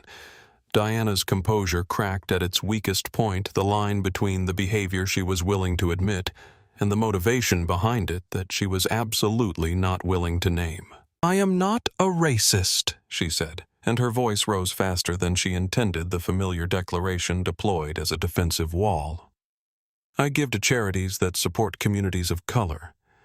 I have never in my life treated anyone differently because of their race. Daniel stopped pacing. He stood directly in front of her and looked at her with complete stillness. You wanted to sit beside the husband, he said quietly, who subsequently filed for divorce, and cited your documented behavior on that flight as a contributing factor to the breakdown of the marriage. You wanted to sit beside the husband whose investment fund lost $280 million in institutional withdrawals in the 2 weeks following your actions on that aircraft. He let the silence sit for one beat. He did not rush to fill it. Diana's eyes filled. Her attorney put a hand on her arm. You did not simply want a seat, Daniel said. You wanted that seat, the specific one that the black woman was sitting in. You made a decision about who deserved it more, and you enlisted a flight attendant to enforce that decision using federal authority as the hammer. And now you are sitting here without the marriage, without the fund's confidence, without the social standing, and in this chair, because the woman you dismissed got on a plane with a cane and a steno pad and built the case that brought you to this room. He sat down. He adjusted his cuffs. No further questions, he said. Diana wept quietly. Her attorney offered no comfort that had any substance in it. Vivienne, watching from her seat at the head of the table, felt no joy and no particular triumph. She felt the cold, quiet satisfaction of watching a mechanism she had built with precision execute its function exactly as intended, like a well-made lock turning in its cylinder. Clean. Complete. Sophia Reyes gave her testimony in the afternoon session. She was composed, professional, and entirely clear. She confirmed every material fact. No air marshal on board. Seat 4A empty. Her own confirmation of the cabin's configuration before departure. And then in the quietest and most impactful part of her testimony, she described finding Vivienne in seat 38F 4 hours into the flight. She never rang the call button, Sophia said. I passed her row 3 times during service, and she never asked for anything. She was writing in a notebook in the dark with her knee swollen against the seat back. I have been doing this work for 6 years. I have never seen anyone manage that kind of situation with that kind of dignity. Vivienne, at the head of the table, said nothing, but her hand rested on the steno pad in front of her, and she allowed herself one moment of something that was not quite sentimentality, but was close to it. Nathan Park's recorded video deposition was played in full without interruption. His written statement added context without dramatization.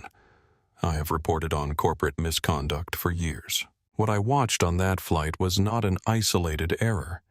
It was a practiced pattern operating with complete confidence that it would never face consequences.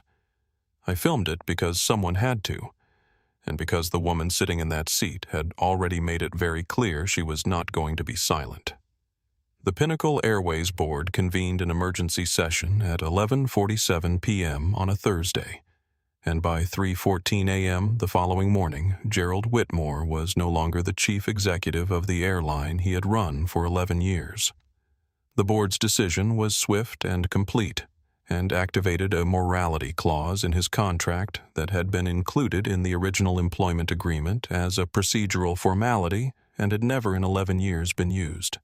The clause was invoked on the basis of two findings. First, that Gerald's initial response to the complaint, the instruction to offer $75,000 and a platinum card to a woman who had been subjected to a documented civil rights violation, constituted a grossly insufficient and reputationally damaging failure of leadership.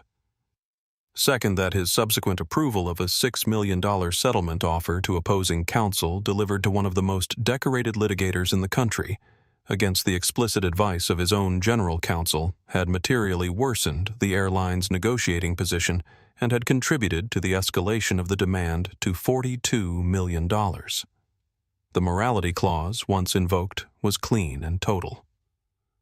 Gerald Whitmore was escorted from the Chicago headquarters by private security at 4 a.m. His $38 million golden parachute was forfeit. He left the building carrying a single briefcase and wearing the expression of a man for whom the word consequence has just become personal for the first time. By 9 a.m., the board had appointed Patricia Vance as interim chief executive. Patricia was a crisis management specialist with a specific reputation for entering damaged institutions and making decisions quickly enough to stop the bleeding. She had done it 3 times before in 2 different industries. She looked at the Pinnacle situation on her first morning and made the same assessment her predecessors had been unwilling to make. This was not a manageable PR situation. This was a fundamental accountability failure, and the only way through it was complete capitulation followed by substantive structural change. She booked a flight to New York for the following Monday. She did not ask Vivienne to come to Chicago. She did not suggest a neutral venue. She walked through the glass doors of Caldwell, Reeves, and Monroe on a Monday morning, and she asked without preamble to be taken to the conference room. Vivienne was already seated at the head of the table. Daniel and Priya flanked her. The same table where Marcus Webb had wept into his hands and Diana Hargrove had lost the composure she had spent years constructing. Patricia Vance sat down, opened her folder, and said, "Miss Caldwell, on behalf of Pinnacle Airways, I am here to offer our unconditional apology for what happened to you on Flight PA 802. There is no defense for it. The deposition transcripts make that entirely clear. We want to settle this case today on your terms." Vivienne looked at her. "My terms have changed," she said.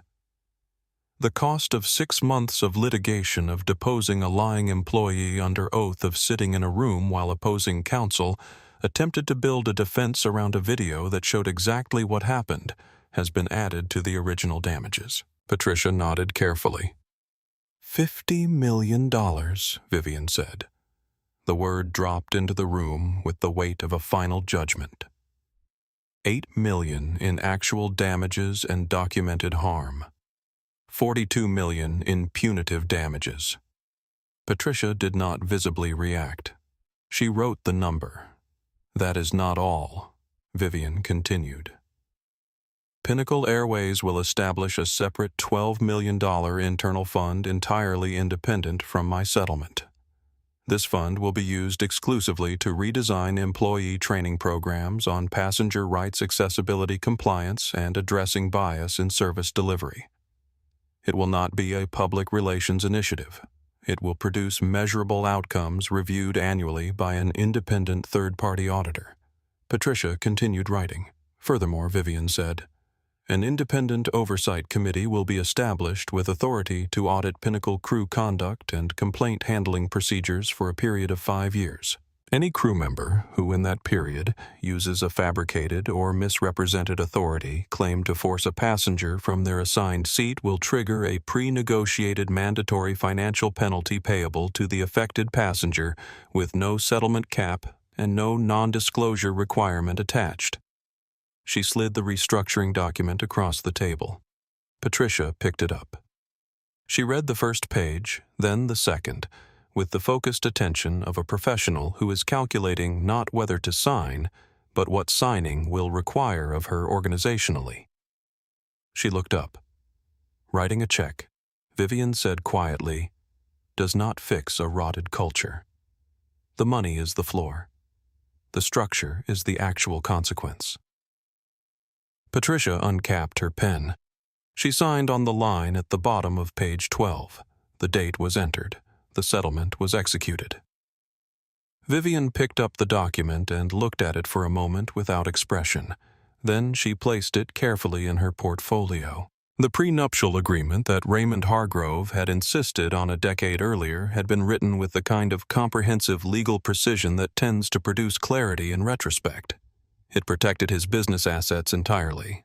It capped Diana's entitlement in the event of divorce at a figure that had seemed when they signed it like an absurdly conservative floor. It now felt to Diana's attorney like a ceiling that was closing in. The divorce judge reviewed the filing, the documentation, the publicly available record of the incident on Flight PA-802, and Raymond's detailed accounting of the financial damage the incident had caused to Apex Meridian Capital.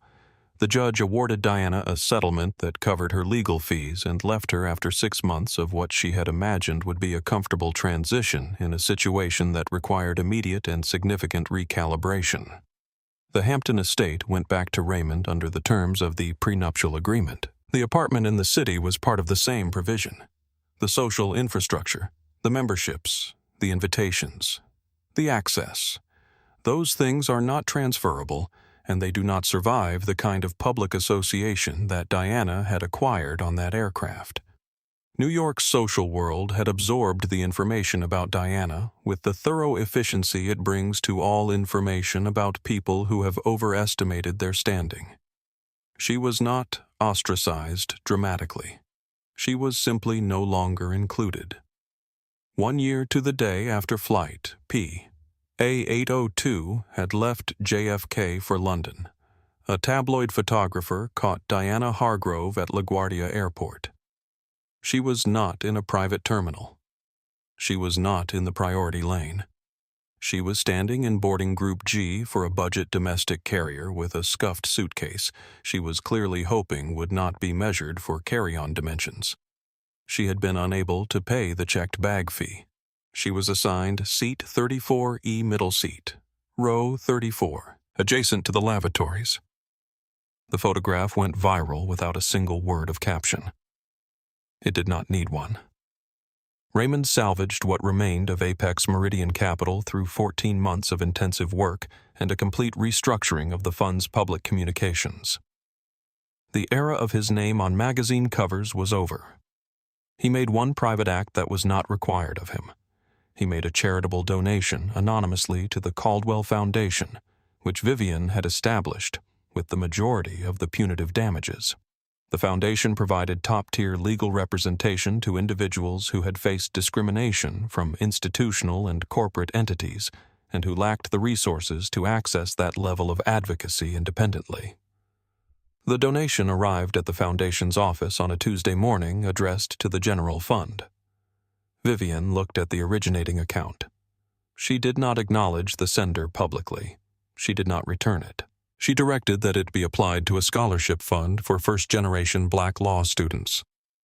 The money would train the next Vivienne Caldwell, perhaps several of them. That was the appropriate use of it. Sophia Reyes received the phone call from Pinnacle's new human resources director on a Wednesday afternoon in October. She was on a layover in Amsterdam, sitting in a hotel room reading. The new oversight committee established under the settlement terms had recommended the creation of a new role embedded on Pinnacle's transatlantic routes: passenger equity advocate, a crew position with specific authority and responsibility for ensuring passenger rights compliance and serving as the first internal escalation point for any crew conduct complaint. The committee had recommended Sophia Reyes for the inaugural position. Sophia was quiet on the phone for a moment after the offer was fully described. Then she said, "I would like to accept." She flew her first PA-802 route in the new capacity the following month. On her first briefing day, she walked into the Pinnacle training facility and found framed on the wall of the main training room alongside the updated crew conduct standards a single paragraph from the settlement agreement. Below the frame, Someone had added in a small printed card a quote from Vivienne Caldwell's settlement statement. "Writing a check doesn't fix a rotted culture. This does." Sophia stood in front of it for a moment. Then she took her seat in the training room and got to work. Nathan Park testified before a federal congressional subcommittee on aviation passenger rights 7 months after the settlement. His opening statement was 6 minutes and 12 seconds and contained no unnecessary language. He said, "I did not post that video for attention or for followers. I posted it because a woman with a cane and a paid first-class ticket was threatened with handcuffs for occupying her own seat, and I knew that if I did not record it, it would dissolve into nothing, the way these things always dissolve into nothing. The only variable that made this different was that someone was watching. The only reason it produced consequences was that the person it happened to was a federal litigator with 16 pages of handwritten notes. That should not be the requirement for accountability, and it should not require 5 million social media followers to make the truth visible." His testimony contributed directly to the passage of the Passenger Dignity Protection Act federal legislation signed into law 14 months after Flight PA-802 landed at Heathrow.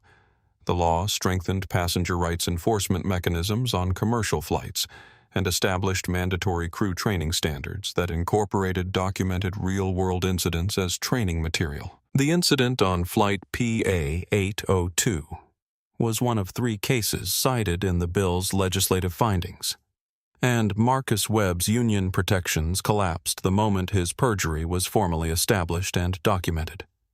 The union withdrew its protection claim. Pinnacle Airways terminated him for cause within 48 hours of the settlement. No commercial airline, no charter service, no regional carrier would hire him.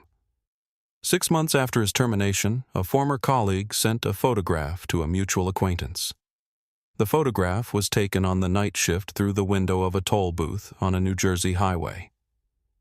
Marcus Webb was in the booth in a reflective vest collecting loose change from the cars passing through. The contrast required no narration. Vivienne heard about the Passenger Dignity Protection Act's passage on a Tuesday morning while preparing for a deposition on an unrelated case. Her associate knocked on her office door and told her. She looked up from her work. "Good," she said. She looked back down. "Keep going." She was at JFK on a clear spring morning 3 weeks after the bill passed, traveling to Paris for a client matter. She wore a navy Chanel suit and walked with the full, powerful stride of a woman whose knee had long since returned to full function and whose step carried the particular quality of someone who knows where she is going and has decided there is nothing and no one who can redirect her. She approached the first-class check-in desk of the carrier she now traveled exclusively, and the lead gate agent stood up from her chair and offered a warm and genuine smile. "Good morning, Miss Caldwell. We are very glad to have you with us today. Your bulkhead window seat 2A is ready, confirmed, and waiting." Vivienne smiled back. It was the warm, unhurried smile of a woman who has nothing left to prove and knows it. "Thank you," she said. "I appreciate it." She boarded the aircraft. She walked to seat 2A. The legroom was exactly what her knee required. The light through the window was golden and clean. The leather of the seat was soft and smelled faintly of the careful maintenance of something that has been prepared with care for someone expected and valued. She settled in. She did not open her steno-pad. She opened the leather-bound portfolio she had been carrying that evening, the same one she had been reading when Diana Hargrove's stilettos had clicked into the quiet and changed the course of everything. A glass of sparkling water arrived. She took one sip, set it down, and looked out at the tarmac below at the efficient movement of the ground crews at the early morning light painting the terminal windows gold. She closed her eyes, and for the first time since that night she felt the peace she had earned. Not because the world had been made perfect, not because every person with a cane and a paid ticket was now guaranteed safety. She was too experienced a lawyer to believe that a single verdict, however significant, resolved the pattern underneath it.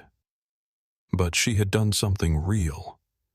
She had refused to be silent, and that refusal had become a law, a foundation, a frame on a training room wall, and a signal sent clearly and on the record to every institution that believed accountability only applied to the people it had already decided to protect.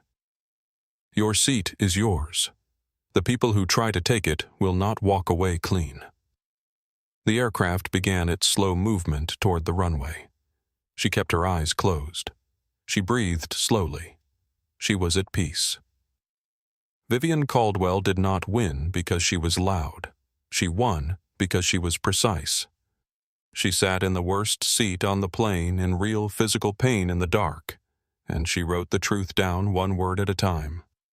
She did not ask for sympathy. She did not need rescue. She needed a pen, a notebook, and the absolute certainty of her own worth. If this story stayed with you, please share it right now with someone who needs to hear it. Not for the settlement number, not for the drama, but for what it means.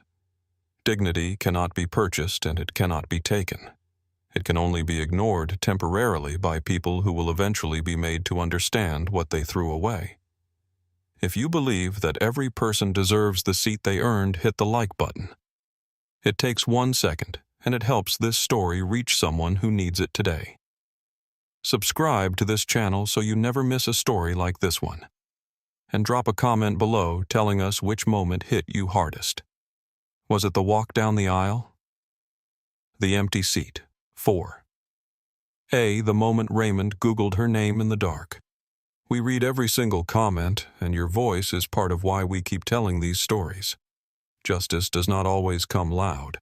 Sometimes it comes with a Mont Blanc pen and 16 pages of handwritten notes, and when it arrives, it changes everything.